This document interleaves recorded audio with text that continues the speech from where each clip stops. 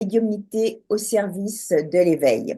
Donc, nous avons tous une sagesse intérieure qui nous guide, mais ça n'est pas toujours facile de l'entendre. Donc, et quelle est la différence entre la voix de notre âme et celle de notre mental? Et comment la médiumnité peut-elle nous aider à mieux nous comprendre et à avancer sur notre chemin de vie? Donc, dans ce webinaire, nous verrons comment écouter notre guidance intérieure et reconnaître les signes qui nous entourent et utiliser notre médiumnité pour nous éveiller à nous-mêmes. Alors, bonjour à toutes, bonjour à tous. Bienvenue donc sur cette chaîne, les exploratrices de l'invisible. Sur cette chaîne, plus précisément, donc, on y fait des enquêtes sur les femmes, sur l'histoire oubliée des femmes grâce à l'hypnose régressive. Et si vous aussi, vous avez envie d'explorer vos profondeurs, vous savez que c'est tout à fait possible donc en séance individuelle et vous aurez le lien donc en dessous au niveau de la vidéo. Cette chaîne est aussi un espace de rencontre pour rencontrer des exploratrices de l'invisible, des explorateurs également. Et aujourd'hui, donc, j'ai l'occasion d'inviter, j'ai l'honneur et le plaisir d'inviter Sylvie Casabella. Donc, mais juste avant de commencer, donc, euh, pensez à vous abonner et activer la petite cloche pour être au courant de tout ce qui se passe sur nos chaînes respectives, donc sur la chaîne Les Exploratrices de l'Invisible, ainsi que sur la chaîne de Sylvie, qui s'intitule Des chaînes, écoute avec ta troisième oreille. Alors, Sylvie, donc bienvenue. Donc, comment est-ce que tu pourrais te présenter donc à notre audience ce soir? Bah, d'abord, merci. Merci beaucoup, Je Valérie, t'en prie. de m'inviter sur ta chaîne. En plus, sur une chaîne qui a un bien joli nom, hein, Les Exploratrices de l'Invisible. Et où effectivement, le propos d'aujourd'hui est parfaitement adapté, puisque qui suis-je par rapport à cette chaîne? Mais pourquoi est-ce que le lien était finalement assez évident?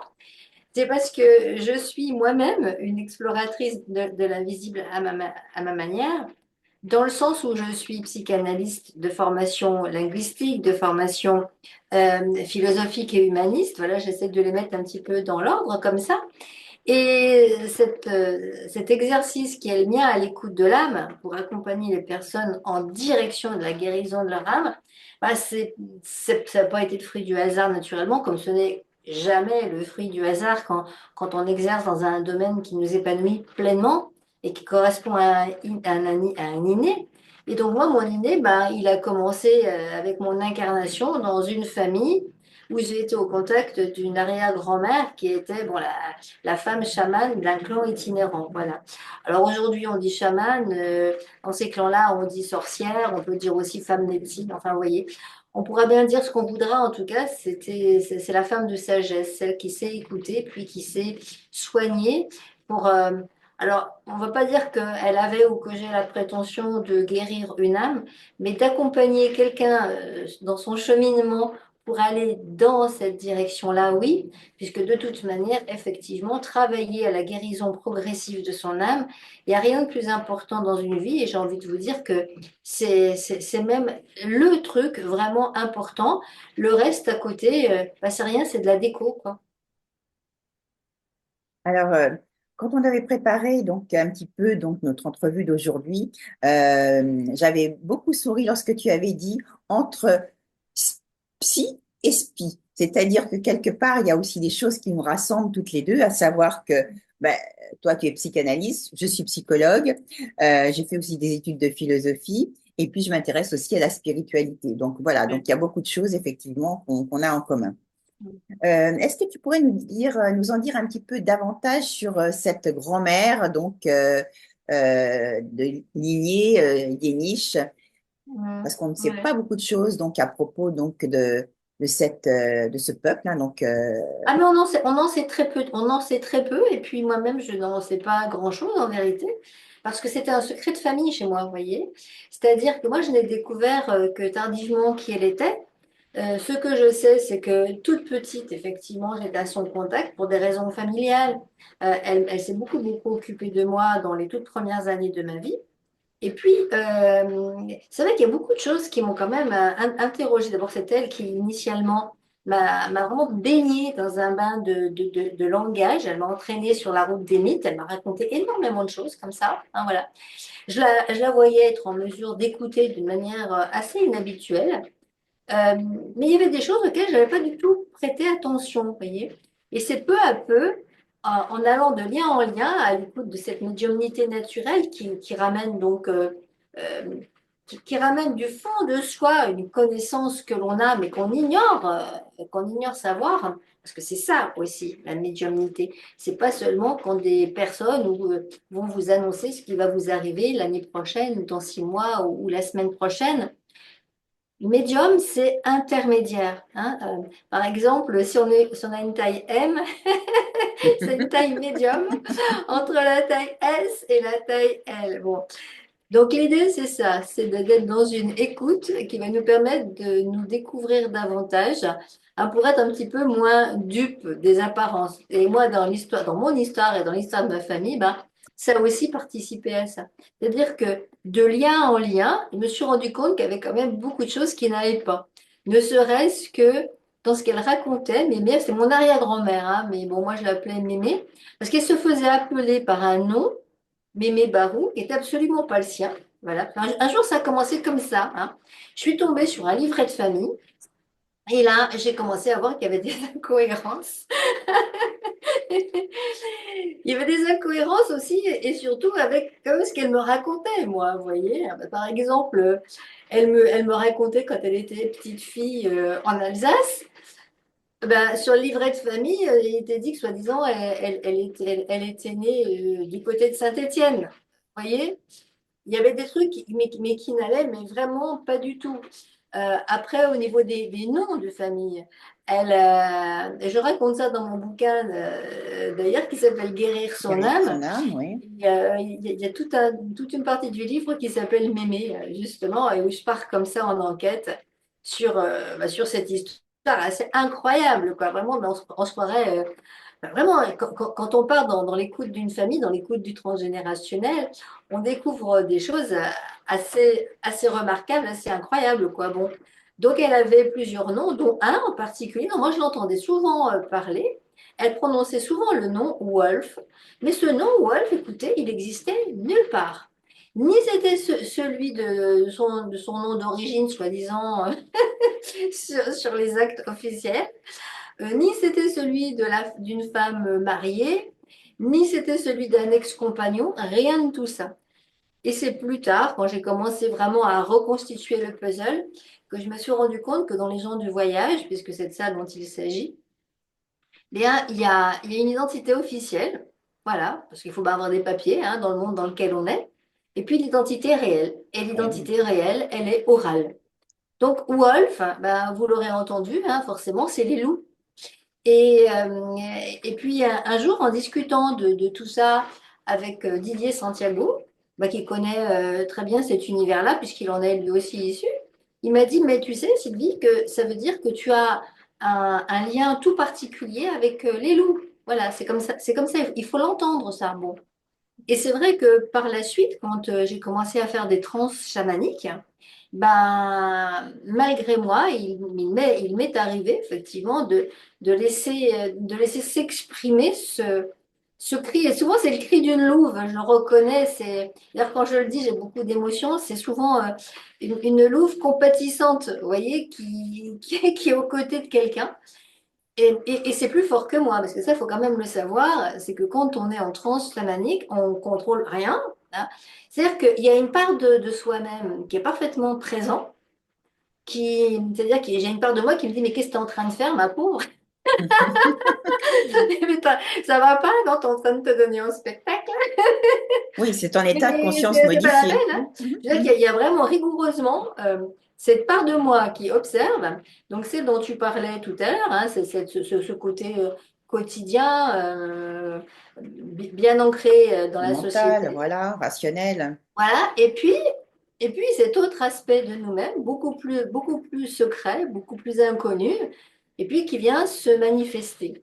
Voilà. Et ce sont des zones de nous-mêmes dont il ne faut pas avoir peur et qu'on peut rencontrer à la condition naturellement, bien que ce soit dans un cadre sécurisant.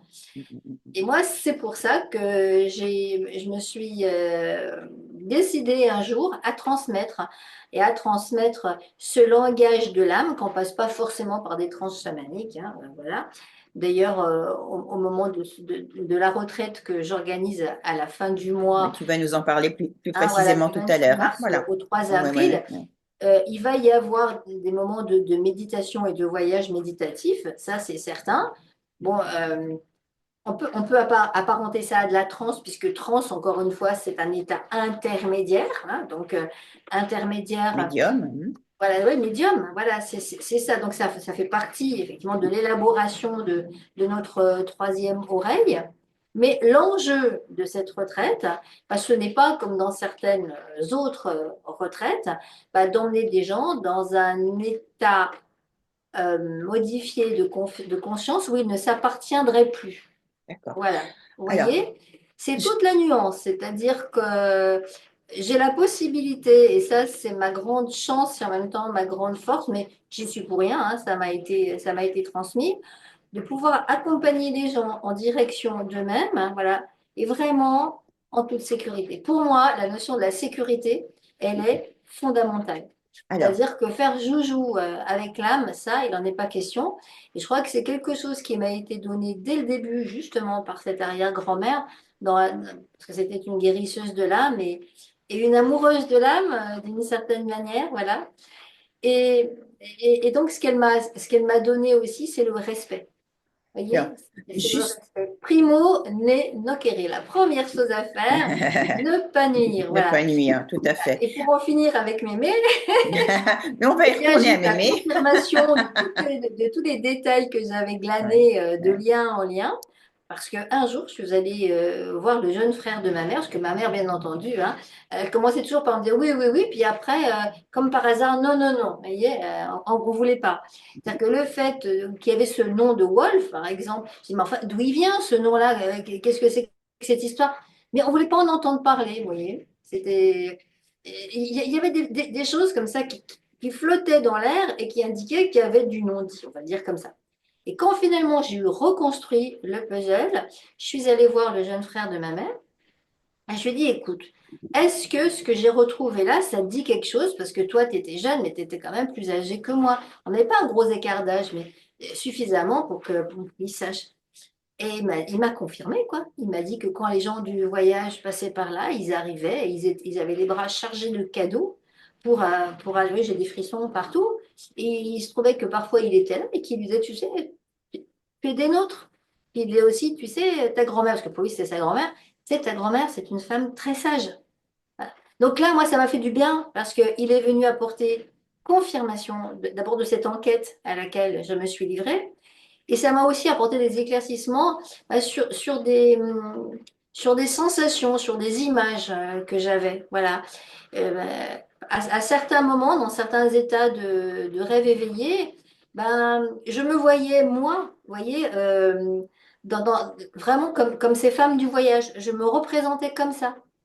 Et je comprenais pas pourquoi ça m'arrivait comme ça, quoi. Voilà. Elle t'avait pas raconté son histoire, donc cette Non, arrière-grand-mère? Non, non, non. non, non, Non, non. non. Ah non, c'était un secret, mais il faut comprendre pourquoi aussi. Parce que cette arrière-grand-mère, avec ma grand-mère qui était donc sa fille, hein, elles se sont sédentarisées. Mais oui, À une époque, était une époque vraiment très sensible pour les gens du voyage et qui plus est pour les Yéniches, qui présentent la double particularité d'être à la fois des gens du voyage, mais aussi avoir de l'ascendance juive, parce que leur langue, hein, leur langue est vraiment très très empreinte de l'idiome juif. Donc on ne sait pas si à l'origine, dès le début, si c'était une tribu itinérante juive, ou oui. alors si c'est une tribu itinérante à laquelle bah, est venue s'agglomérer Ok, la religion. des personnes d'origine juive. Ouais, On ne sait ouais, pas finalement tout d'accord, ça. d'accord. Mais enfin, toujours est-il que c'est quand même le résultat. Et donc, les gens du voyage ont toujours été persécutés. Il y a eu des vagues de persécution en France à la fin du 19e siècle. Et il y en a eu, bah, évidemment, encore au 20e siècle, hein, on s'en doute. Et Pendant la avant tout Seconde ce Guerre qui s'est mondiale, bien sûr. euh, avec, avec l'arrivée au pouvoir de Hitler, qui n'a fait bien sûr qu'empirer les choses. Parce que là, pour le coup, c'était deux problèmes en un. Parce que les gens du voyage, il fallait les exterminer, hein. C'était vraiment des gens dont il ne fallait Ouais, pas ouais, entendre ouais, ouais, parler. ouais, ouais. Pour les nazis, ça on ne le sait pas toujours, enfin en tout cas beaucoup moins. Alors en plus, vous imaginez les gens du voyage plus juifs, voilà. Et donc du coup, c'est comme ça que mon oncle, moi, m'a expliqué que lorsqu'il y avait des alarmes pour aller à l'abri anti-aérien, et ben mon arrière-grand-mère et ma grand-mère n'y allaient pas. Mhm. Mais finalement, elle avait trouvé refuge, elle avait trouvé le moyen, hein, de venir se cacher dans un nid où on ne pouvait pas trop la trouver. Voilà. Et ce qui est étonnant, donc, comme tu es issu d'une famille de nomades, moi, ce qui m'interpelle, bah, c'est dans ton nom de famille, Casabella. Hein, donc, voilà, comment on arrive du nomadisme à la sédentarisation, on va dire, avec ce nom qui est quand même assez étonnant. Je trouve ça très intéressant ta question parce que alors évidemment Casabella, ça c'est du côté de la lignée paternelle. Quand D'accord, je vais parler de d'accord. mon arrière-grand-mère, c'est sur ma lignée maternelle. Ouais, ouais, Eh ouais. bien, dans le fond, tu ne fais que poser ce que chaque être humain est invité à vivre, hein. C'est-à-dire que quand on parle de sédentarisation, c'est pas tellement la sédentarisation physique, hein. C'est-à-dire que c'est important de se construire. Et dans la vie d'un être humain, bah, il y a des alternances d'ailleurs de voix brèves, hein, où on se défait de certaines choses, c'est les fameuses épreuves, alors ça bouge dans tous les sens, hein. On pourrait dire qu'on se nomadise intérieurement, c'est plus trop où on habite, hein, vous connaissez cette fameuse expression, et à partir de là, bah, va falloir se construire. Donc, et logiquement, on va prendre un peu de temps pour le faire, donc ça c'est la voie longue. C'est d'ailleurs des deux côtés, c'est ce qu'on appelle le solver coagula en alchimie. Solver, c'est dissoudre, et coagula, c'est reconstruire. Donc moi, j'ai les deux. Voilà, c'est-à-dire que effectivement, c'est intéressant parce que ta question m'a vraiment permis là, ben, de voir comment ma destinée, elle était là en jeu. Parce que c'est vrai que dans cette vie, moi, j'ai beaucoup de solvés. Oui, alors vraiment, j'ai un gros travail, j'ai eu un gros travail d'élaboration pour me séparer de beaucoup de schémas dans lesquels je me confondais, et puis, mais à tous les niveaux, hein, voilà, et qui me confondaient d'une certaine manière pour arriver à me construire. Et puis, j'ai trouvé ça très sympa aussi de porter ce patronyme-là, donc de porter le nom du père, qui a du sens, hein, pas seulement en tant que père terrestre, mais le nom du père. On va parler, je pense, ce soir de ça, hein, du côté féminin, du côté masculin à l'intérieur de nous. Donc, Mhm, mhm. on pourrait dire qu'à la base, on a une terre-mère qui est à l'intérieur de nous et qui demande à être façonnée. C'est notre première matière, ben, c'est la prima materia, et qui demande à être élaborée. Et elle va être élaborée avec notre partie masculine, hein. Et il se trouve que moi, ma partie masculine, effectivement, c'est une injonction à construire ma maison. Très Donc beau. une injonction à me construire, et quelque part aussi, c'est comme un petit signal parce que il y a des gens qui sont déjà venus travailler avec moi en psychanalyse parce que ce nom les a inspirés. Mhm. Bien, super, magnifique. Très, très beau. Alors, le sujet de ce soir, pour revenir à notre sujet, la médiumnité, donc au service de l'éveil. Quels sont tes outils particuliers pour aider l'autre justement à aller vers la connaissance de lui-même Ben écoute, et s'ouvrir à la tout est, médiumnité, à sa ouais. médiumnité? Est-ce qu'on peut le Ben, faire? d'abord, tout est langage. Est-ce que tout le monde peut le faire? Oui, absolument. Tout le monde peut le faire parce que tout comme Monsieur Jourdain, hein, qui s'exprimait en prose sans savoir qu'il s'exprime en prose, ben, nous aussi, on a un accès naturellement à cette médiumnité, puisque la médiumnité, c'est la langue de l'âme. Et jusqu'à preuve du contraire, on en a tous une. Voilà. Alors qu'on l'appelle inconscient ou qu'on l'appelle âme, de toute manière, on parle de la même chose. Et je tiens à le dire pour des personnes qui s'intéresseraient de près à la psychanalyse, parce que Freud n'a jamais parlé d'autre chose que de l'âme. Voilà. Alors après, forcément, ça fait plus scientifique, vous voyez, inconscient. Hein, bon. Mais en tout cas, c'est bien de l'âme dont il s'agit. Et pourquoi est-ce que c'est intéressant d'écouter ce qu'elle a à nous raconter? Ben, c'est parce qu'en fait, nous sommes des êtres qui sont un peu comme un gratin, vous voyez? On a plusieurs couches comme ça, et on en a trois. Donc, la couche la plus extérieure, celle qu'on voit en premier, et de soi-même et des autres, ben, c'est notre personnalité sociale. Voilà. Donc certains vont parler d'ego. Bon, il n'y a pas de souci. Moi, je suis d'accord pour parler ce langage-là, parce que comme c'est celui du plus grand nombre, vous voyez, on va pouvoir partir à partir de là et puis expliquer certains trucs. Bon, alors ça, c'est la partie la plus extérieure. Mais notre boulot, ça va être de partir de la personnalité, c'est-à-dire de l'emballage, Du petit pour aller, personnage. pour aller de plus en plus vers l'identité. Vous voyez, vers qui nous sommes Vraiment. vraiment. Donc, autrement dit, c'est même pas l'âme, parce que l'âme, c'est une interface. Voilà, c'est une interface dont on peut dire que d'une certaine manière, elle est un cloud. Hein. C'est-à-dire que c'est là que viennent se stocker toutes les informations qu'on ne peut pas déjà garder au niveau du conscient, parce que sinon ce serait totalement insupportable. Voilà. Hein. Mais il y a vraiment des mémoires qui nous sont pas seulement personnelles, c'est aussi des mémoires qui sont familiales et qui sont aussi transpersonnelles. Voire culturel aussi, parce que ça dépend du Oui, pays dans lequel on est, absolument. etc., quoi. Voilà. Absolument, bah oui, parce qu'on ne vient pas au monde n'importe quand, hein, on vient au monde effectivement à un instant T, dans un lieu aussi, et tout ça va avoir beaucoup, beaucoup d'influence. Bon. Et puis, en amont encore, d'une manière encore plus intime, hein, on a le soi avec un S majuscule.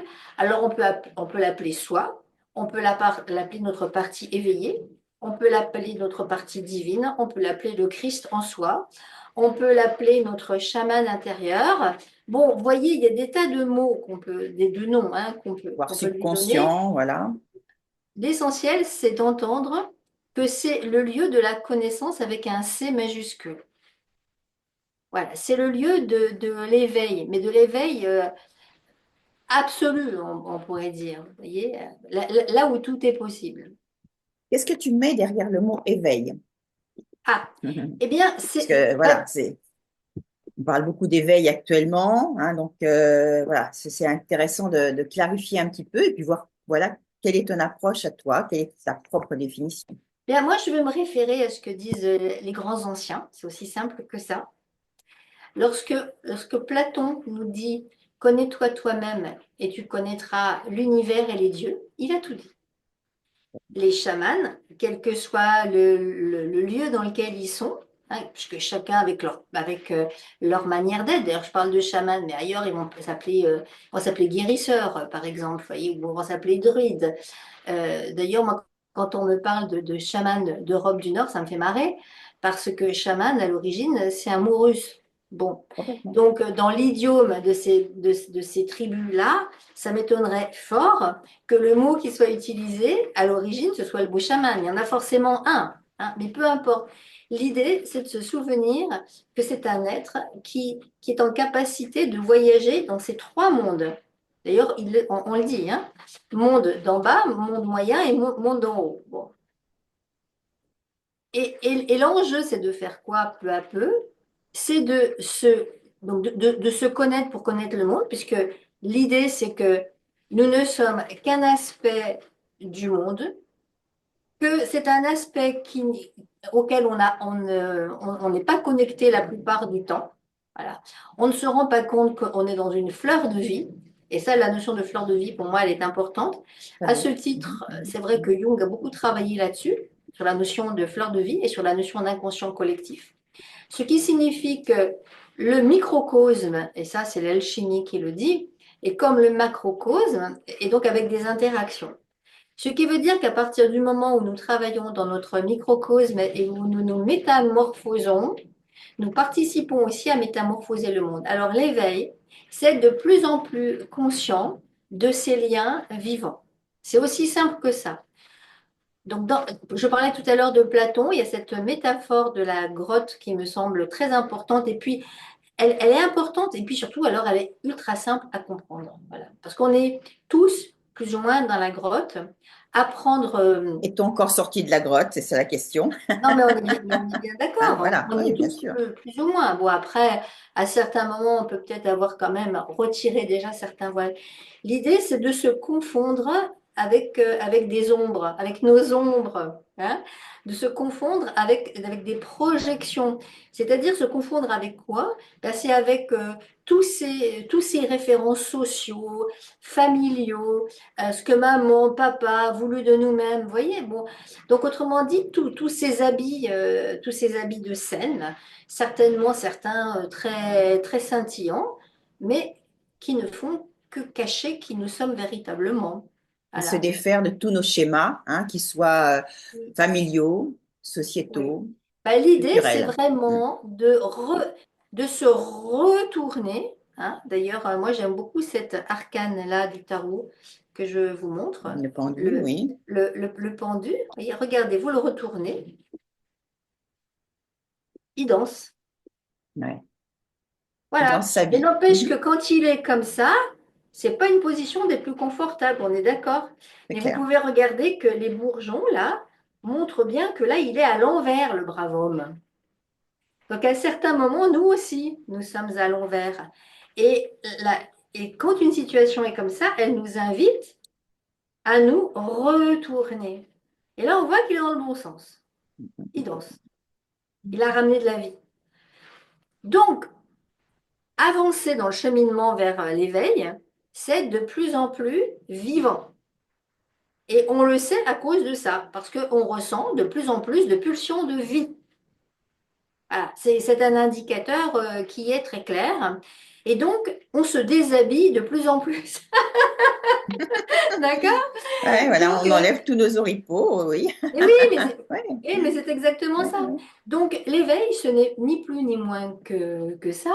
C'est arriver à être de plus en plus qui on est soi-même en retirant un à un les voiles de Maya. Donc les voiles de l'illusion, les voiles avec lesquels, donc les projections, vous voyez, avec lesquelles on s'est confondu. C'est-à-dire qu'on est de merveilleux illusionnistes. Vous imaginez, on est capable de projeter un film et puis de monter sur scène et puis de jouer le rôle en étant persuadé que le rôle c'est nous. Voilà, on est Voilà. complètement dans le Donc film. Voilà, on autrement ne peut dit, pas on est s'extraire un du film. one-man show à nous tout seuls. Ouais, Donc complètement. l'enjeu, c'est d'en prendre d'abord conscience. Et puis aussi de se demander pourquoi est-ce qu'on en prend conscience pour aller dans quelle direction. Parce que moi, c'est là où parfois je suis en désaccord avec des collègues psychanalystes, parce que franchement, si avancer vers davantage de connaissance de soi, c'est pour arriver à se dire qu'on est aussi merdeux que les autres, que la vie c'est de la... et que tout ça est d'une tristesse absolue, mais que dans le fond, bah, au moins on est moins dupe, mais attendez, non, Ouais, il est où c'est pas du tout l'espoir, quoi? ça. Il est où l'espoir? Il y a quand même une erreur. Ce serait accompagner des gens vers de la pulsion de mort. C'est pas du tout ça. Complètement, Voyez, complètement. hein. L'idée, au contraire, c'est de réhabiliter l'enfant qui est à l'intérieur de nous. Mais quand je parle de l'enfant, je ne parle pas de l'infantile, je ne parle pas de ce petit enfant qui cherche sa mère, son père, qui est perclus de peur quand quelqu'un s'en va parce qu'il angoisse d'être abandonné comme le tout petit enfant qui risquerait sa vie, vous voyez? Non, c'est pas de ça. Ça, c'est de l'infantile, hein. Le fait que quand on était tout petit, on a vécu un trauma, puis qu'à l'âge adulte, on continue dans le même genre de circonstances à réagir de la même manière. Bon, il y a quand même un souci là, vous voyez qu'au moment où le trauma a eu lieu, on a réagi d'une certaine manière, c'est normal, mais pourquoi est-ce qu'à l'âge adulte, on continue à réagir de cette manière-là? Donc, le travail à l'intérieur de soi qui consiste à écouter vraiment plus au fond de soi-même ce qui se joue et qui parfois va remonter non seulement à sa propre histoire, mais aussi à l'histoire de la famille. Et comme tu l'as dit aussi, hein, Valérie, ça peut être aussi une histoire sociale. Parce que moi, quand j'accompagne des gens qui viennent, qui viennent ou qui vivent d'ailleurs, hein, à La Réunion ou en Guadeloupe ou en Martinique ou ailleurs, il y a aussi toute une histoire. Et une histoire qu'on est bien obligé d'avoir dans l'oreille en arrière-plan pour entendre aussi ce que l'âme articule à son insu quand elle parle. Hein. Alors, du coup, on en revient à la question, comment est-ce qu'on l'écoute, cette âme? Bon, alors Ouais. évidemment, je vais essayer de vous Quels donner sont tes outils? Voilà. voilà, Concrètement, certains comment est-ce que éléments, tu peux hein, nous tout amener en donc sur sachant ce que je peux chemin-là? pas, Voilà. je peux pas transmettre en une petite heure Oui, bien ce sûr. qui Mais pour est nous le donner une fruit petite de, idée, voire nous donner par des exemples. Voilà. voilà, mais des Voilà. exemples. Eh ben, je vais vous donner un exemple Voilà. tout simple. Alors, l'idée, déjà au départ, c'est de se servir de support. D'accord? Bon. Donc, par exemple, ben moi, je me suis dit, tiens, tout à l'heure, ça m'est venu comme ça, j'y avais pas réfléchi. Puis je me suis dit, mais tiens, c'est quand même particulier parce que on a cette émission-là avec Valérie, un 9.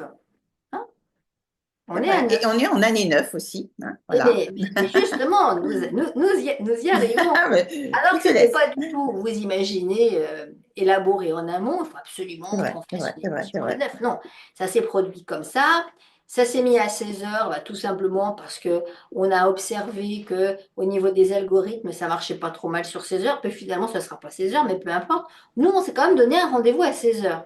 Et je me suis dit, bah, finalement, qu'est-ce que tout ça pourrait bien vouloir dire pour servir de support, justement, sur l'articulation de l'écoute d'une âme? Alors, regardez bien le 9. Moi, j'ai pris le tarot initiatique de Marseille. Moi, je l'aime bien parce que, tout simplement, il a été élaboré au Quattrocento et par de grands maîtres imagiers. On a de fortes Donc là, on a l'ermite. Hein. probabilités pour qu'il ait également, ce tarot de Marseille, été fait par Marcille Fissin, qui était un grand alchimiste. Il a traduit, vous imaginez, il avait 19 ans, le gars. À 19 ans, la maison des Médicis le convoque pour qu'il traduise Platon, quoi. Il Waouh. a traduit Ouais. le Corpus Hermeticum. Enfin bon, vraiment, ce n'est pas n'importe qui. Et c'est quelqu'un, quand il enseignait, qui aimait bien avoir des supports pratiques. Or, c'est quelqu'un aussi bah, qui a connu forcément la maison des Médicis. Alors, vous imaginez hein, les personnes qui venaient là. Et entre autres, bah, il y avait des peintres. Il y avait Botticelli, par exemple, qui était à cette époque-là.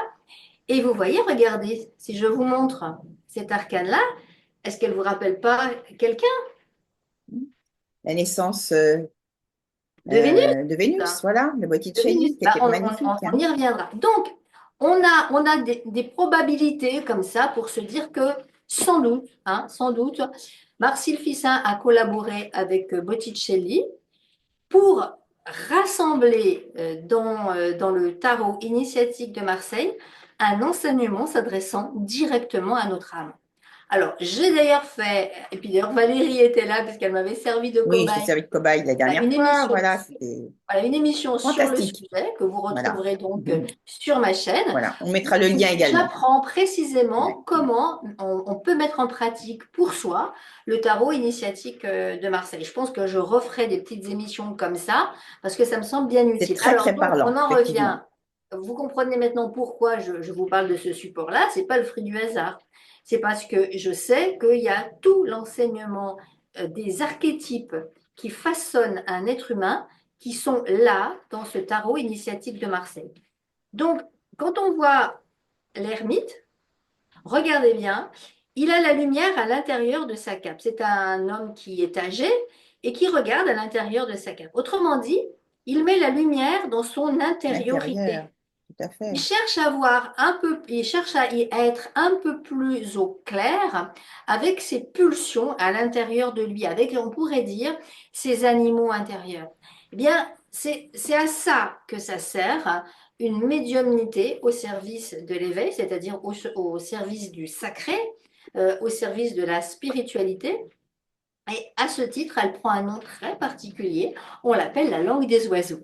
Ah, voilà. Pourquoi Alors, les parle-nous oiseaux? de la langue des oiseaux. Qu'est-ce que Eh c'est que bien la langue des voilà, oiseaux? parce que Ah, quand on voilà. parle de médiumnité au service du sacré, Ouais, c'est de la ouais, langue des oiseaux, ouais, bien ouais, évidemment, dont il s'agit. Ben, regardez un oiseau, parce que tout est langage et tout s'illustre magnifiquement. L'oiseau, il peut à la fois être sur terre avec ses petites pattes, mais il peut aussi s'envoler.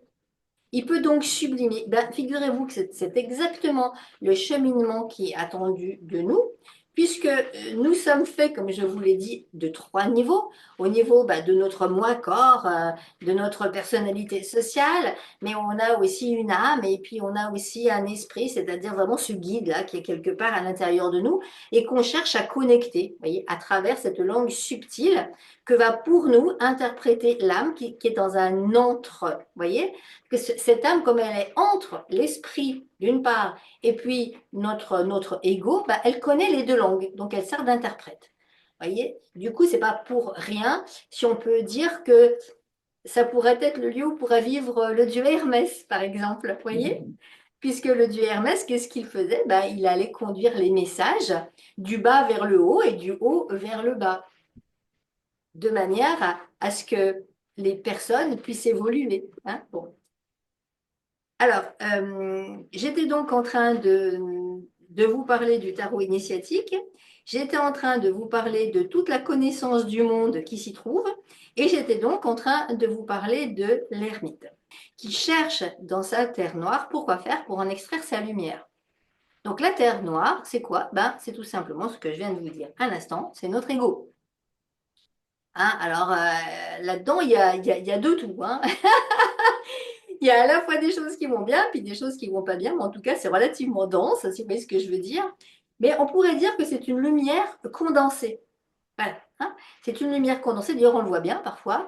On va traverser des épreuves, et de ces épreuves-là va jaillir une connaissance, va jaillir une lumière. Donc pendant tout un temps, on était tout coincé, tout ratatiné, c'était quand même très compliqué pour nous. On va élaborer, d'un seul coup, on va saisir le sens de la situation. Et puis, ça va amener un changement profond. En fait, c'est là, c'est à ça qu'on va identifier ce que c'est véritablement qu'une médiumnité sacrée. Est-ce qu'elle nous amène à une mutation? Est-ce qu'elle nous amène à un changement profond? Est-ce qu'elle nous amène à plus de lumière? Est-ce qu'elle nous amène à plus d'humanité? Est-ce qu'elle nous amène donc à nous élever? Puisque j'ai commencé à vous dire qu'on a trois niveaux d'être qu'on va retrouver d'ailleurs dans notre corps physique. Hein. On a, donc, excusez-moi, on commence notre vie au niveau de notre matrice d'eau, hein, donc tout ce qui concerne les organes génitaux. Et dans une première partie de la vie, on sait bien à quel point tout ça a beaucoup d'importance. Bon, et cela dit, ça a beaucoup d'importance, à condition bien évidemment d'être en capacité aussi d'élever. Vous voyez, c'est comme c'est du carburant. Voilà. C'est notre carburant. Et il va falloir en faire quelque chose. Donc, soit on le vit à l'état brut, comme ça, hein, ou alors on le sublime. Et cet amour qui, au départ, est un amour physique, matériel, on va aussi pouvoir l'élever au niveau de notre matrice du cœur. Hein, voilà. Ça, c'est la matrice de feu. Et c'est très important, cette matrice de feu, parce qu'elle va permettre, effectivement, comme le feu, hein, c'est un feu purificateur qui va amener à purifier pas mal de scories. Donc, on s'élève. Autrement dit, on part de l'amour éros au niveau de notre bassin pour venir s'élever au niveau philia. Et puis, évidemment, si on s'élève encore, on arrive au niveau de l'amour spirituel qui s'appelle agapé. Or, tout à l'heure, on parlait d'éveil. C'est quoi l'éveil? Ben, c'est le moment où on est en capacité de vivre ces trois plans-là simultanément. Le Christ, par exemple, quand il était sur la croix, a bien dit, tout est accompli. Il était bien dans son enveloppe physique, et pourtant, à ce moment-là, il a vécu l'éveil, hein, et il a dit, tout est accompli. Il l'a donc bien, si on écoute bien ce qu'il nous raconte là, si on l'écoute profondément au niveau justement de la langue des oiseaux, ce qu'il nous dit, c'est l'éveil, voilà, cette ouverture au sacré, c'est bien dans cette enveloppe-ci qu'on est amené à le vivre.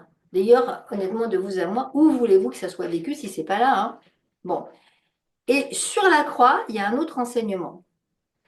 C'est justement la croix elle-même, qui est à la fois une horizontalité et une verticalité. Donc l'horizontalité, ben, c'est toutes les pulsions animales d'où on vient, hein. Et puis qu'on a à redresser, qu'on a à verticaliser. Et si vous faites gaffe, ben, quand il était sur sa croix, le Christ, c'est quoi qui était au centre? C'était son cœur. Mm, mm, mm, mm. Ouais, tout à fait. Voilà. Donc il n'y a pas d'autre moyen de sublimer tout ce qu'on vit que par la voie du cœur. Voilà. Et donc nous, notre enjeu, ça va être d'apprendre à voir avec l'œil du cœur. C'est ça notre travail. Donc, on va avoir beaucoup d'éléments pour apprendre à écouter avec cette troisième oreille. Donc, je vous ai dit, le tarot initiatique, c'est un exemple. Je vais continuer à vous montrer, hein. Mais il n'y a pas que ça.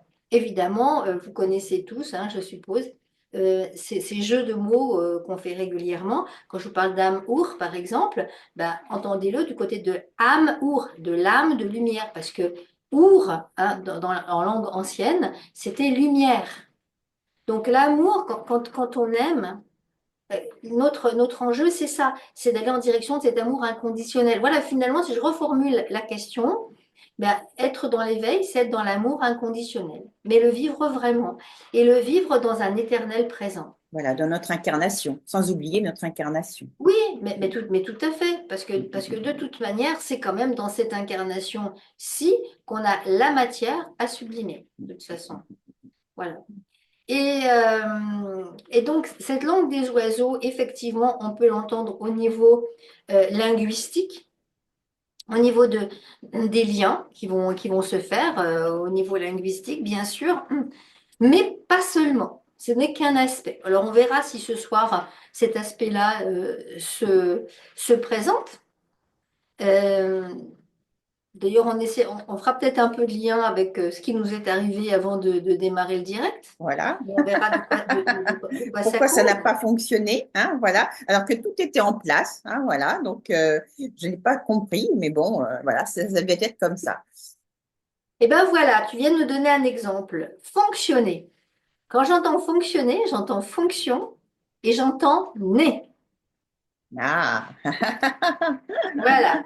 Et le né, c'est pas seulement naître comme une année neuf, parce qu'on est sur une année hein, neuf, mais c'est le né qui est ce sens très important pour nous. Quand on dit on a du pif, hein, ça veut dire qu'on se réfère à nos capacités innées à être dans de l'intuition. Voyez?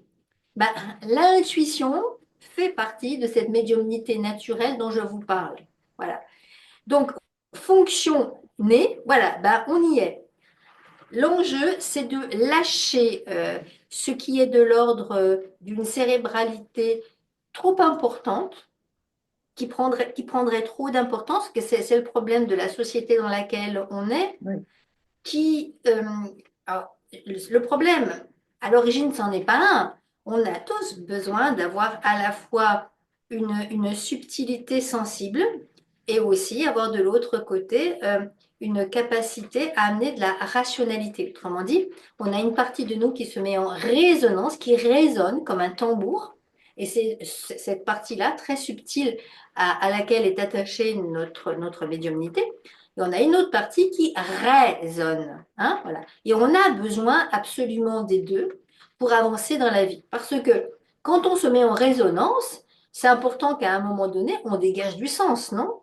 Et ce sens, c'est cette autre partie, c'est la partie qui résonne, qui va permettre de faire l'articulation pour qu'émerge le sens. Donc nous avons une main gauche, une main droite, et elles sont là toutes les deux pour travailler ensemble. Si on ne veut travailler qu'avec une seule des deux mains, on va avoir un sacré problème, hein, parce qu'imaginez que vous vouliez avancer sur une corde avec une seule main, je ne sais pas comment vous allez faire. Au bout d'un moment, on va se casser la figure, non? Bon. Donc, l'idée, c'est de ramener du lien. Donc, cette fonction née, c'est de remettre au centre donc de cette soirée, cet inné. Voilà, ça va être ça. Et, parce que j'insiste là-dessus, c'est en considérant bien que toujours, lorsqu'on va avancer sur ce cheminement-là de faire du lien, c'est toujours pour aboutir à un sens. Je vois trop de gens qui vont vous parler, par exemple, des heures miroirs, qui vont parler aussi des synchronicités. Alors c'est super parce qu'ils remarquent, ouais, il m'arrive une synchronicité, ou alors, bah tiens, j'ai remarqué une heure miroir. Oh, bah ok, mais c'est quoi le sens qui se Voilà. dégage On en pour fait toi? quoi de tout ça, hein, voilà. Parce qu'on ne peut dire que c'est un langage sacré qui va nous permettre d'avancer sur le chemin spirituel. Et donc, on va pouvoir parler là de médiumnité au service de ce chemin sacré et de l'éveil, que dans la mesure où on va ramener du sens qui va nous permettre d'être plus au clair avec nous-mêmes et avec les autres. Alors, vous allez voir à quel point cette fameuse fonction, ce fameux fonctionner est important. Parce que nous sommes sur une année 9 aussi, comme tu l'as dit, hein, donc nous sommes amenés à faire du 9. Et 9 et 9, ça fait 18. Et bien voilà, l'arcane 18, elle est là. La C'est lune. la lune. Mhm. Donc vous voyez ces chiens-là qui aboient à la lune, qui regardent en haut, mais là il y a une mare et ils se reflètent dans la mare. Là, on a affaire à toutes les émotions. Vous voyez? Donc ces émotions-là, qu'est-ce qu'on va en faire? Est-ce qu'on va continuer à aboyer à la lune? Ou alors est-ce qu'on va être en capacité, lorsqu'il y a une problématique qui se présente, à se retourner sur soi-même et à voir ce qui est touché à l'intérieur de nous? En plus, quand je vous ai montré cette carte, cet arcane, je vous ai montré quelque chose qui a à voir avec l'émotion. L'émotion, c'est le féminin de l'être, voyez-vous? Mais attention, il existe plusieurs féminins de l'être, de la même manière qu'il existe plusieurs masculins de l'être. Là, je vous parle du féminin de l'être à l'état brut, c'est-à-dire de notre terre noire. Hein. C'est-à-dire que vous prenez Panoramix avec son gros chaudron magique, ça bout, ça bout, ça bout, vous voyez? Eh bien, c'est ça. C'est de ça dont je parle. Il y a, il y a quelque chose de l'ordre de la lave, hein, c'est en fusion, mais il n'y a pas de forme encore. Hein. Et tout à l'heure, tu me parlais de mon nom, de Casabella. Et ben voilà, il s'agit de tirer quelque chose. Il va s'agir de plonger là-dedans, si j'ose dire, avec courage à certains moments pour en retirer du sens quand ça nous agite de trop, hein, et pouvoir avancer sur le chemin bah, de notre construction. Alors, comme je vous l'ai dit, ça en passe toujours par des phases de solvay, de coagulat, c'est-à-dire c'est rencontrer la situation, c'est retirer bah, certains oripeaux qui ne correspondent absolument pas à qui on est véritablement, qui sont des costumes de scène, et pour se rencontrer un petit peu plus, hein, au fur et à mesure. Donc, il est clair que dans ce sujet de la médiumnité au service du sacré, moi, quand je vois cet arcane, je suis obligée de vous dire que c'est pas non plus un chemin nécessairement qui va être toujours très facile. Vous voyez? Parce que quand on est sur ce chemin-là, on peut plus trop continuer à dire que c'est la faute de maman, c'est la faute de papa, c'est la faute du copain, de la copine, enfin bon, j'en sais trop rien. C'est-à-dire que dans un premier temps, oui, on a le droit, c'est normal, on est des êtres humains comme les autres. Donc, on a tout à fait le droit de constater que, ouille, ça fait mal, et ouille, le con, la connasse, enfin tout ce que vous voulez. Hein. Bon, ça, c'est la première étape, et il est logique d'en passer par là, et c'est d'ailleurs normal aussi que l'entourage accepte d'écouter ça aussi dans un premier temps. Mais par contre, si on commence à tourner en rond là-dessus, ça va plus du tout, parce que l'enjeu, c'est à un moment donné de se dire, ouais, mais alors, ça m'a touché à ce point-là. J'aurais très bien pu, par exemple, je ne sais pas moi, il y a une personne dont j'ai entendu dire qu'elle a vraiment dit des choses épouvantables sur mon compte. Pourquoi ça me touche à ce point-là? Je pourrais très bien me dire, de toute façon, elle raconte que des âneries, c'est pas vrai, puis voilà. Hein, puis je pourrais passer à autre chose. Et il y a des gens qui passent à autre chose. Alors à ce moment-là, pourquoi est-ce que je m'accroche à ce truc-là? Qu'est-ce que ça vient me dire de moi-même que je suis pas encore allée voir? Ben, déjà, premièrement, que ce Ou que même, pensent les gens, ou ce que même des fois pensent les ce qu'on gens a de déjà, moi. ce qu'on pense avoir travaillé et qui finalement résonne encore. Oui, ben, d'une part. Et puis d'autre part, ça démontre bien que le regard de l'autre est très très important pour nous. Donc, à quoi ça nous ramène? Mais ici, je ne veux pas faire d'analyse sauvage, j'ai même pas de cas clinique à vous proposer, vous voyez. Mais bon, en tout cas, ce qu'il y a de sûr, c'est que sur ce chemin de l'intériorité, au service de l'éveil, passera bien évidemment par une forge. Et cette forge, en voie interne, eh bien, ce sont les épreuves. Voilà.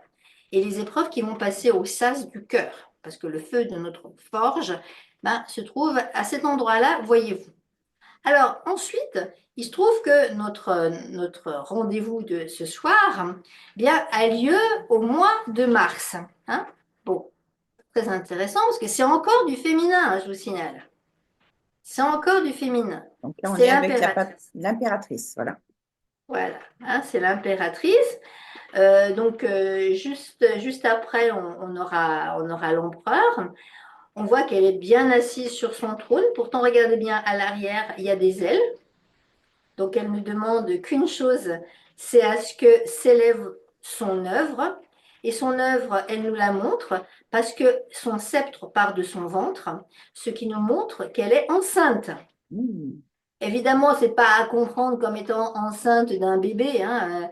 Elle est enceinte d'une nouvelle version d'elle-même. Comme je vous l'ai déjà dit, c'est Solvay et Coagula. Mais voyez tout ce que je suis en train de vous dire là, c'est moi ce que je vois et l'interprétation que j'en fais. Mais dans l'émission que j'ai faite et que vous trouverez en lien, je pense que tu mettras le lien, Valérie, je vous explique comment n'importe qui peut vraiment se faire un tirage de tarot initiatique pour avancer sur son chemin d'autoconnaissance sans avoir Voilà. une quelconque connaissance C'est ça qui est alchimique, passionnant. Voilà, philosophique, voilà, voilà, aucune. voilà. Parce que vous verrez que ces arcanes sont vivants, comme je vous l'ai dit. Ils recèlent tout l'enseignement qui nous a précédés, sans doute jusqu'à la nuit des temps. Parce que si on remonte hein, sur, sur le chemin, c'est vraiment impressionnant. Hein, parce que il se trouve que je vais pas refaire le parcours, mais enfin bon, bref, souvent on s'arrête à l'Égypte, mais c'est quand même oublier que avant l'Égypte, plus haut, hein, du côté de la Turquie, enfin de l'actuelle Turquie, il y avait également l'enseignement de Zarathustra, hein, lequel visiblement avait un enseignement qui remontait hein, à l'Inde par la vallée de l'Indus, voilà, et on a des enseignements là qui nous font fortement penser à ce que c'est que la voie tantrique. Mais attention, je ne suis pas en train de vous parler ici du tantrisme débridé, qui n'est pas du tantrisme d'ailleurs, dont on a vu les, les- les Dérive. excès toutes ces dernières années. Je vous parle ici d'une voie initiatique qui est la voie de l'amour, qui est la voie de l'amoureux. D'accord? Le tantrisme, c'est quoi? C'est l'élévation de ses pulsions. Donc, autrement dit, ces pulsions, ça n'a rien à voir avec tout ce qu'on a pu nous en dire. D'ailleurs, c'est si vrai qu'il y a de nombreux adeptes qui sont dans un célibat absolu. Et, et simplement qui font monter monter leur niveau vibratoire par des méditations et des niveaux de conscience qui s'élèvent progressivement. Ben, hein, entre autres comme ces oiseaux que l'on peut voir s'élever. Donc, il est possible pour n'importe qui d'entre nous de faire un tirage et de voir ce que le miroir hein, de cet arcane vient nous renvoyer. Parce qu'il est important de ne pas s'enfermer dans une espèce de définition qui serait donnée par quelqu'un d'autre. Là, on s'enferrerait. Écoutez bien ce que je vous dis, on s'enferrerait.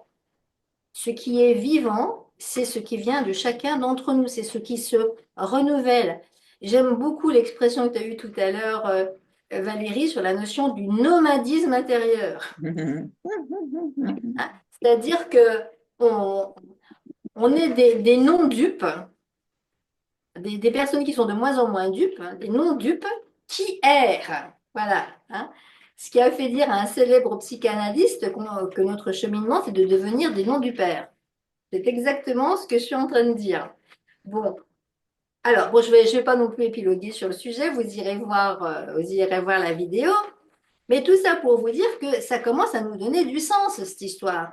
C'est-à-dire que si on est sur un chemin où la médiumnité est sacrée, hein, c'est pour faire davantage connaissance avec soi-même, avoir le courage de rencontrer bah, toutes les pulsions qui nous agitent, hein, pour ensuite se renouveler et renaître à un autre niveau de nous-mêmes. Voilà. Donc, évidemment, tout ça, ça nous renvoie à l'arcane 12 dont je vous parlais tout à l'heure et qu'on retrouve d'ailleurs parce que 9 plus 3, ça fait 12, hein, je vous signale. Donc, il était parfaitement justifié d'en parler dès tout à l'heure. Et puis, figurez-vous que quand on met bout à bout toutes ces informations, donc 9 mars 2025, eh bien, bout à bout, et quand on les réduit après sur les 22 arcanes du tarot, quand je dis 22, c'est 21 à noter plus une qui est sans nombre, eh bien, regardez à quoi on aboutit. Le monde. Et alors là, moi, j'ai eu beaucoup d'émotions tout à l'heure quand j'ai regardé cet arcane. Et je vais vous expliquer pourquoi tout de suite. J'ai eu beaucoup d'émotions parce que je me suis dit, ben, c'est fou parce qu'il y a quand même beaucoup effectivement de féminin de lettres hein, dans notre soirée. Mais ici, évidemment, c'est pas le féminin à l'état brut. C'est un féminin élevé qui va franchir une porte. C'est effectivement la nouvelle Ève, on pourrait dire. On pourrait dire que on pourrait parler d'Isis, on pourrait parler enfin, de toutes ces représentations féminines, donc d'Aphrodite aussi. Tout à l'heure, on a dit que quand on la voit, on pense tout de suite à la Vénus de Botticelli, hein, qui sort de sa Saint-Jacques, justement, et qui va passer une porte. Eh ben, je vais vous dire, c'est pas suffisant. Quand je vous parle de connaissances innées qui nous traversent, vous allez voir où ça nous amène. Moi, aujourd'hui, je viens vous parler effectivement de cette médiumnité sacrée, mais il se trouve qu'avec Valérie, on s'était dit, ça pourrait quand même être l'occasion de parler d'une retraite que je fais tout prochainement et qui s'appelle Complètement. Sur les pas de Marie-Madeleine. Voilà. Bon, eh ben, Alors, sur j'aimerais que cet tu nous en arcane, dises regardez bien. davantage, parce que quelque part, tu vas aussi te servir du tarot initiatique comme support pour effectivement amener les personnes à se découvrir elles-mêmes. Tout à fait, et tout en sachant que lors de cette retraite, bien sûr, ce ne sera pas que le tarot.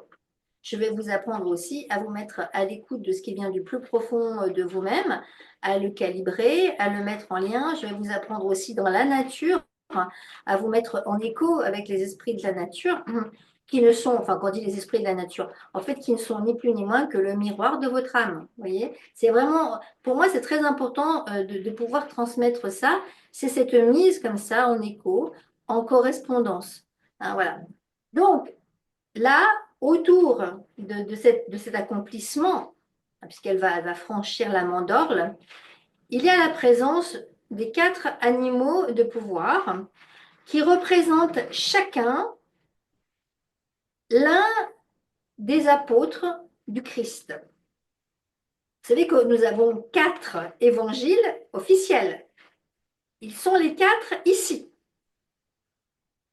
Et vous voyez, sans rien dire, le 5e est aussi là. C'est tout ça? L'évangile apocryphe de Marie-Madeleine, il est là. Celle qui va franchir cette porte, c'est Marie-Madeleine. Alors, quand je parle de Marie-Madeleine, entendez bien que je ne vous parle pas obligatoirement, bien sûr, de la Marie-Madeleine historique. Je suis en train de vous parler d'un archétype qui est à l'intérieur de chacun d'entre nous. Et Marie-Madeleine, son enseignement, c'était un enseignement gnostique qui parlait essentiellement de l'évolution de l'âme, de la guérison de l'âme et qui parlait de la vie et de la mort. Donc, quand je parle de la vie et de la mort, évidemment, ça nous fait référence à l'arcane 13 que je vais vous montrer et que bien souvent, on n'a pas du tout, mais pas du tout bien compris. Voici l'arcane 13. Voyez. Regardez bien ce qu'il tranche. Il tranche les têtes, il tranche les mains, il tranche les pieds. Donc, il tranche tout ce qui a l'utilité d'être dissous, d'être coupé. Vous savez, quand par exemple on pratique la langue des oiseaux, je dis toujours aux étudiants, coupez la tête du corbeau. Parce que c'est pas avec le raisonnement qu'on va avancer. On va avancer avec l'œil du cœur. On va avancer avec la mise en résonance. Comment ça résonne dans mon corps. D'ailleurs, c'est si vrai que n'importe quelle approche thérapeutique, quelle qu'elle soit, y compris en psychanalyse, on passe aussi par le langage du corps. Enfin, comment est-ce que la personne se trouve à l'intérieur d'elle-même, dans son moi-corps, quand il y a quelque chose qui vient d'être mis en lumière? Quels sont les symptômes qui parlent? Bah, et puis aussi, bien évidemment, dans l'autre sens. Et justement, quand on voit cet arcane 13, l'idée, c'est de sortir des rationalisations. Hein. C'est quand, par exemple, il y a des gens qui vous disent, moi, de toute manière, tout ce qui touche à la médiumnité, moi, j'y crois pas, c'est des fadaises. Bon, bah, écoutez, il y a pas de problème. Alors, auquel cas, ils n'écoutent plus du tout ce qui se passe au niveau de la physique quantique. Ils sont certainement pas au courant qu'il y a une équipe de physiciens quantiques qui, en 2022, a eu un prix Nobel pour les interactions quantiques, donc, qui indique que quand deux atomes ont été en lien à un moment donné, ils le resteront toujours. Ça vous dit rien? Eh bien, je vais aller plus loin. Figurez-vous que les atomes dont nous sommes composés, ce ne sont pas les nôtres, hein. On n'en est pas dépositaire unique. Je veux dire, ils ont existé auparavant, vous savez.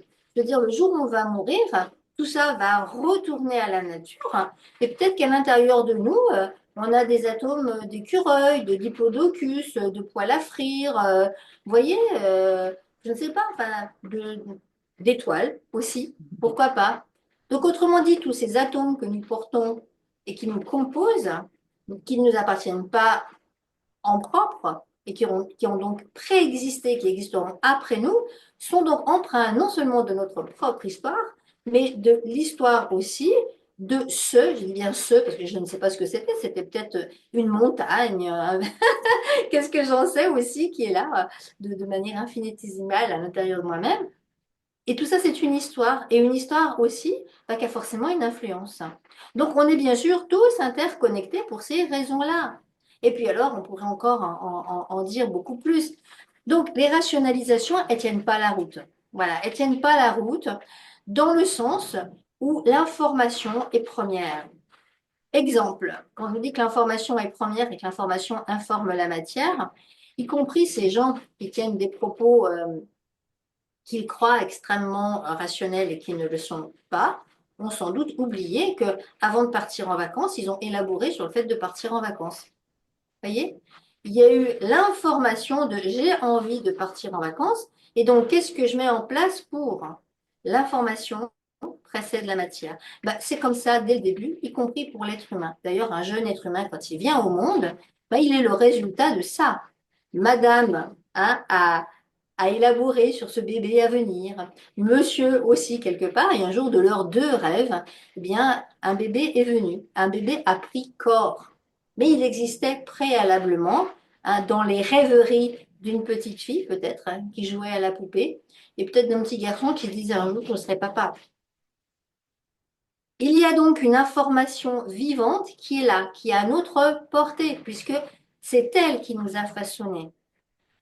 Et cette information, comme je vous l'ai dit aussi, elle n'est pas simplement propre à nous-mêmes, hein, elle est issue d'une source commune, puisqu'on forme une fleur de vie avec le centre de la fleur de vie. On a donc accès à toute la connaissance du monde. Avec l'œil du cœur, on a accès à toute la connaissance du monde. Vous m'avez bien entendu. Bon, maintenant, je ne vous dis pas que là, aujourd'hui, la personne que je suis a accès à toute cette connaissance du monde, parce que sinon, je serais un être éveillé, ce que je ne suis pas. Mais en Donc, attendant, je sais que c'est possible, donc voyez? quelque part, Et donc, c'est sur ce chemin-là que j'avance, dans cette dans le direction-là. stage que tu nous proposes, donc qui s'intitule, enfin cette retraite qui s'intitule sur pas de Marie-Madeleine, la langue des oiseaux et le soin de l'âme, ce que tu nous proposes, c'est d'aller donc questionner cette information vivante. Absolument, absolument. Et donc, on va le faire avec Marie-Madeleine, justement. Alors, pourquoi Marie-Madeleine? Marie-Madeleine, eh Quel bien est ton encore, lien avec Marie-Madeleine? oui, alors il y a parfois des situations qui viennent nous inspirer à notre insu, voyez-vous, et qui ne prennent tout leur sens qu'au fur et à mesure. Moi, j'ai vraiment remarqué ça. Je n'ai pas la prétention de tout contrôler. Par exemple, quand j'ai écrit mon livre, m'a grandement été inspirée à Guérir tel point son que, âme, je rappelle, le lien sera en dessous aussi, hein, dans voilà, la description. à tel point que quand je reprends ce bouquin, des fois, je me dis, oh, dis donc, ça, c'est vachement intéressant. J'ai Ouais, l'impression de le redécouvrir, vous voyez. Bon, alors, pourquoi Marie-Madeleine? Eh bien, il se trouve d'abord que je savais qu'un jour, j'irais faire un stage à cet endroit-là, parce que moi, j'habite à Fréjus, et donc la Sainte-Baume n'est pas très loin. C'est à une centaine de kilomètres de l'endroit où je réside. Et pour y être allée, eh bien, c'était un endroit qui respire la paix, qui respire le bien-être, qui respire la magie au sens noble du terme. Hein. Entendez l'âme qui agit. agir. D'ailleurs, je vais pas partir là-dessus parce que ce serait l'objet véritablement de toute une émission. C'est quoi la magie? Ça n'a pas grand-chose à voir avec ce qu'on dit habituellement, mais ça a tout à voir avec tout ce que je vous dis depuis le début, hein, c'est-à-dire l'art des transmutations, c'est-à-dire faire disparaître, en effet, ce qui n'a plus lieu d'exister, les parties les plus denses, les plus lourdes, vous voyez, sont libérées, hein, pour peu à peu voyager plus léger. Voilà, bon. Alors je savais qu'un jour je le ferais. Et puis il y a quelque temps, je me suis rendue là-bas. Alors jusque-là, qu'est-ce qui s'était passé? Je m'étais pas mal baladée, mais j'étais pas encore allée jusqu'au sanctuaire. Et puis là, je marche, et puis j'ai une vision en fait. Je vois une très belle jeune femme rousse qui avance devant moi. Et que je perçois comme étant Marie-Madeleine, enfin, la représentation archétypale de Marie-Madeleine. Et alors là, évidemment, comme d'habitude, je me dis, mais ça va pas, ma fille, qu'est-ce que tu vas encore t'inventer comme histoire? Bon, parce que chez moi, c'est systématique, hein, je m'auto-sabote sans arrêt. Donc, si vous êtes du style, venez, parce que vous serez accompagné par quelqu'un qui a l'habitude. Et donc, j'étais en train de me promener, je vois donc apparaître devant moi cette vision-là. Et puis je me dis, bon, allez, c'est n'importe quoi. Tu projettes des Et images, voilà. c'est Voilà. la raison, hein, Tu le côté rêvasses. rationnel qui prend le dessus, quoi. Ah oui, oui, oui, oui, tout à fait. Bon. Et donc j'avance. Et puis quand je suis arrivée devant la grotte donc officielle, parce qu'il y a celle-ci, mais il y en a une autre aussi où je vous emmènerai, qui est magnifique parce que vraiment c'est le lieu du féminin par excellence. Mais ça, je vous emmènerai quand vous viendrez avec moi là-bas sur place. On rappelle que Et c'est à la Sainte-Baume, hein, voilà. voilà. Quand je suis arrivée donc devant la grotte, juste avant de rentrer dans la grotte, il y a des représentations, voilà, du Christ et des apôtres, etc. Et bien sûr de Marie-Madeleine. Alors là, je suis restée bouche bée parce que celle que j'ai vue là, c'était celle que j'avais vue avant. Ah oui, Vous voyez? d'accord. Oui, Et que magnifique. donc, Ouais. je pouvais pas me l'être déjà représentée, quoi. Voilà. Alors, encore une fois, je ne sais pas si elle était véritablement comme ça à l'origine, mais toujours est-il que moi, j'observe une corrélation. Puis ensuite, bah, c'est vrai que quand on voit hein, la représentation de Vénus, bien, Vénus, elle est représentée sur cette magnifique toile de Botticelli avec de magnifiques cheveux qu'on appelle blonds vénitiens. Le blond vénitien, c'est le roux. Hein, c'est le roux. Et le roux, ça rappelle quoi? Ça rappelle le feu. Oui. C'est pour ça aussi Il qu'on nous a ra- persécuté les sorcières, Ouais, les femmes qui avaient la chevelure rousse. Et oui, parce que symboliquement, c'est très fort. Ça nous rappelle donc les trois dimensions du feu, quoi.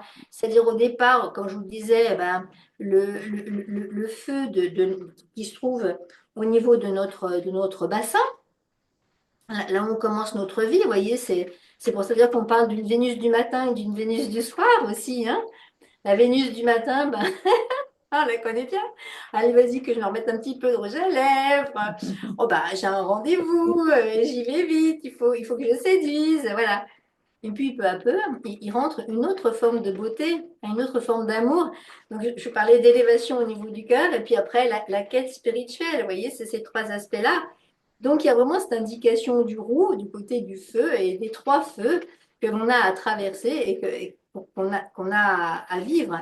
Bah, tout ce que je vous dis là, voilà, par exemple, bah, c'est de l'élaboration, c'est du lien. Bah, dès qu'on commence à faire du lien et qu'on arrive à du sens, on est en plein dans la langue des oiseaux. Alors déjà, donc là, je m'étais dit, ouais, d'accord, hein, un jour, il va falloir quand même que je vienne vraiment avec des personnes pour leur enseigner dans ces lieux. Ça me semble évident. Et puis voilà, puis ça traînait, et puis je le faisais pas, voilà. Et puis là, il y a quelques mois de ça, au début 2025, donc sur une année neuve, justement, mais tout au début, alors vraiment c'était les tout premiers jours de 2025, je me dis non, là vraiment, faudrait vraiment que j'y aille. Mais j'étais flemmasse. Parce que alors moi, mettre en place, autant quand je suis quand je suis dans un stage, j'ai un bonheur incroyable à transmettre. Alors, je pense que ça doit se sentir. Oui, oui, j'ai participé Voilà. à un de tes stages, c'était magnifique, oui.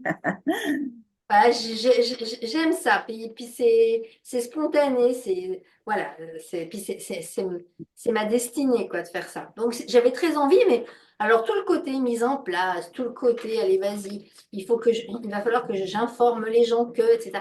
Tout ce côté-là pour moi c'est vraiment pas facile, je vous assure. Et donc j'étais encore en train de procrastiner quoi. Puis là j'ouvre Facebook.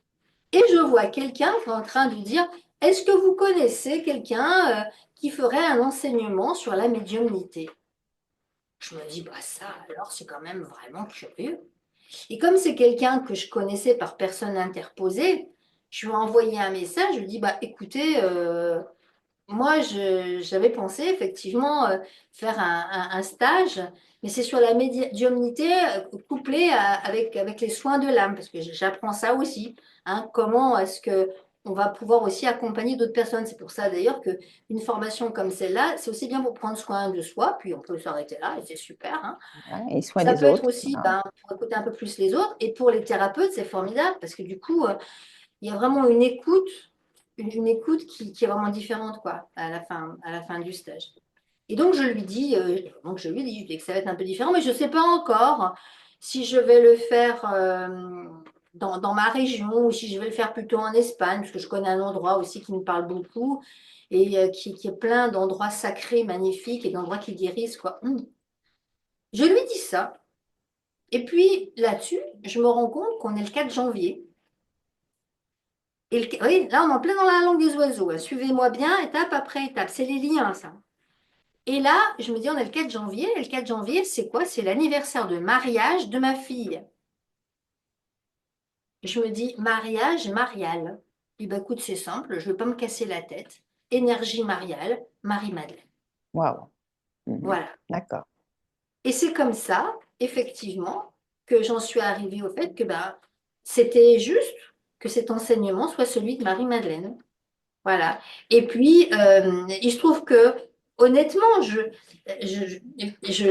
j'aime beaucoup Marie-Madeleine, mais vous voyez, tout à l'heure, c'est tout à l'heure, juste avant hein, de faire ce direct, que je voulais quand même préparer trois petites choses avec le tarot initiatique.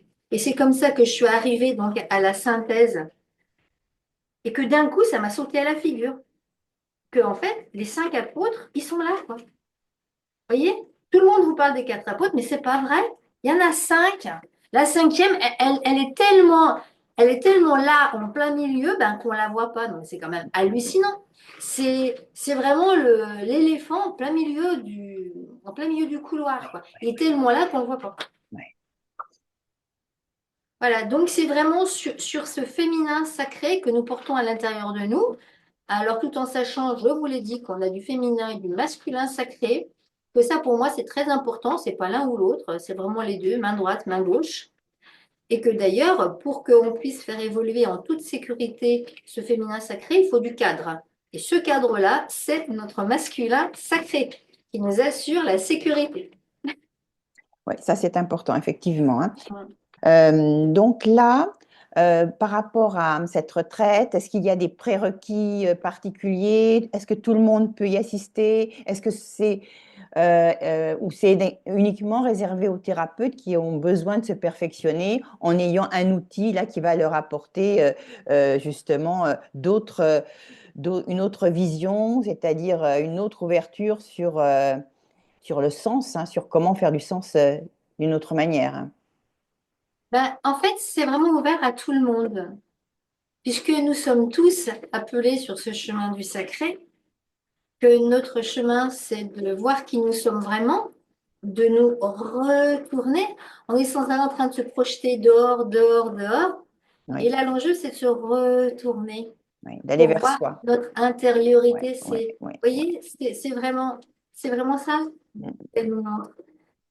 On ne peut passer vraiment sur cet autre regard que dans la mesure où on s'est d'abord retourné, voilà, à l'intérieur.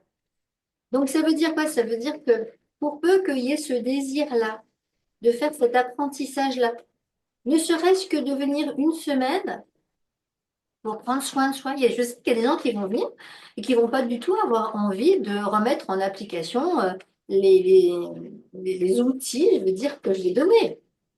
Mais Oui, je m'en donne plein d'outils. ça peut être juste Je vais vraiment pour le étape fun, pour après étape. se donner un temps pour soi, mais ça n'est pas juste ça. Ça va bien plus loin. Et peut-être que Oui, même ça, même si c'est des gens qui viennent pour un temps pour eux, ça va peut-être cheminer et donc ça va peut-être aussi les amener vers autre chose. ah, mais on est entièrement d'accord, mais j'ai compris que c'est très très important aussi d'accepter que c'est pas moins, que c'est pas moins bien, voilà, que venir pour prendre une semaine juste comme ça pour ressentir et s'ouvrir À autre et, chose. et se développer comme ça spirituellement. De toute manière, c'est certain que la méditation, elle sera là à l'issue. Voyez? Et même si après, les gens, ils se disent, ben, tiens, ben, peut-être que je referai une retraite avec Sylvie dans 6 mois, dans un an, parce que j'aime bien comme ça. Bon. Donc, il y a des gens qui vont le vivre comme ça, je sais. Puis, il y en a d'autres qui vont avoir envie, ben, de rentrer chez eux, puis de continuer les pratiques régulières. Alors là, évidemment, c'est un autre enjeu, hein, parce que cette rencontre avec son intime, parce Avec que on va soi-même. vraiment apprendre à dialoguer hein, avec cette part sacrée à l'intérieur de soi. On va apprendre à la ressentir, on va apprendre à l'écouter, on va apprendre à dialoguer avec. Et là, ce que j'aurais que vous entendiez ce que je suis en train de vous dire, parce que c'est simple en fait. La voix, c'est celle des simples. D'ailleurs, dans dans le vocabulaire un petit peu vieilli, les simples, c'était les plantes qui guérissent, vous voyez? Ben, en fait, c'est juste parce que la simplicité, c'est ça qui guérit. C'est l'essentiel. C'est l'essentiel. Oui, oui, tout à Elle est fait, l'essentiel. Mhm. tout à fait. Bon, Et la après, tu voie de peux la faire le jeu de mots simplicité. avec l'essence ciel. Oui, bien sûr. Et puis l'essence, hein, voilà, l'essence, bien sûr. Ah, et puis, bien évidemment, s'il y a des thérapeutes qui veulent venir, alors ça, c'est formidable pour eux. Même les psychanalystes hein, qui doivent travailler alors, sur ce qu'on appelle en psychanalyse de contre-transfert, c'est-à-dire être en capacité d'écouter avec sa troisième oreille, mais ils ont pas d'atelier pour ça. On leur apprend pas vraiment à connecter avec ça, ce que je trouve extrêmement dommage. Et moi, comme j'ai une double casquette, justement, de par mes origines et puis aussi de ce que je suis advenue à travers ma formation, moi, j'ai la possibilité de transmettre.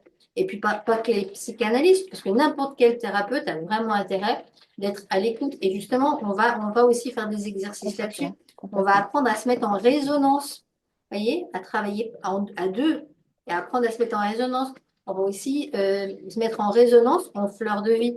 Parce que ça, c'est vraiment passionnant. D'ailleurs, en ethnopsychanalyse, c'est comme ça que ça fonctionne. Il y a quelqu'un qui vient, puis il y a pas une personne qui l'écoute, mais il y a tout un tas de gens qui l'écoutent, voilà. Et en fait, chacune reçoit une information qui vient compléter celle des autres. Et hop, ça fait du lien. On aboutit à du sens. Donc, ça va être vraiment un super beau moment, un super beau stage. Donc, il reste encore quelques places. Bon, super. Donc, Et donc, c'est dépêchez-vous, vraiment hein. c'est le moment d'y aller, quoi. C'est le Voilà. moment de s'inscrire. En plus, moi, je fais un groupe de covoiturage. Comme ça, bah, c'est bien. Comme ça, les gens, bah, ils font déjà un peu connaissance avant d'arriver. Et puis, il y a l'entraide. Et puis, comme ça aussi, bah, on participe aussi à pas chacun prendre sa voiture. Bon. Alors, dans le lien, donc sous la vidéo, je vous mettrai donc le site de Sylvie, hein, et puis le lien aussi pour la billetterie, donc pour cette retraite, hein, qui m'a l'air super, hein, formidable. Je n'en doute pas que toutes les personnes vont apprendre des tas de choses, ben, pour elles-mêmes et avoir des outils également pour aider les autres, hein. Est-ce qu'il y a d'autres choses à ajouter, Sylvie, par rapport à tout ce qu'on vient de dire? Je vais te laisser le Non, mot de la non, fin. non. Non, non, je veux dire que juste le stage est à la fin du mois. Surtout, n'attendez pas que j'en fasse un autre, parce que je sais qu'il y a des gens, des fois, qui disent, ah, c'est génial, mais j'attendrai le prochain. Ah, parce que le prochain, je ne sais pas s'il va y en avoir, ni quand il va y en avoir un, puisque là, je suis en train de me préparer pour retourner vivre à La Réunion. Et donc, voilà, quoi. Donc, Ouais. autrement dit, si vraiment là, vous vous dites que ce stage est fait pour vous, eh bien, arrangez-vous et venez, et soyez les bienvenus. Voilà, et vous apprendrez plein de choses et ce sera formidable. Donc, comme je Oui. vous ai dit, j'ai déjà assisté à un stage de Sylvie et c'est vrai que, waouh, on en ressort transformé. Donc, j'y ai vécu des choses totalement étonnantes que je raconterai dans une autre vidéo sûrement. Ah, super!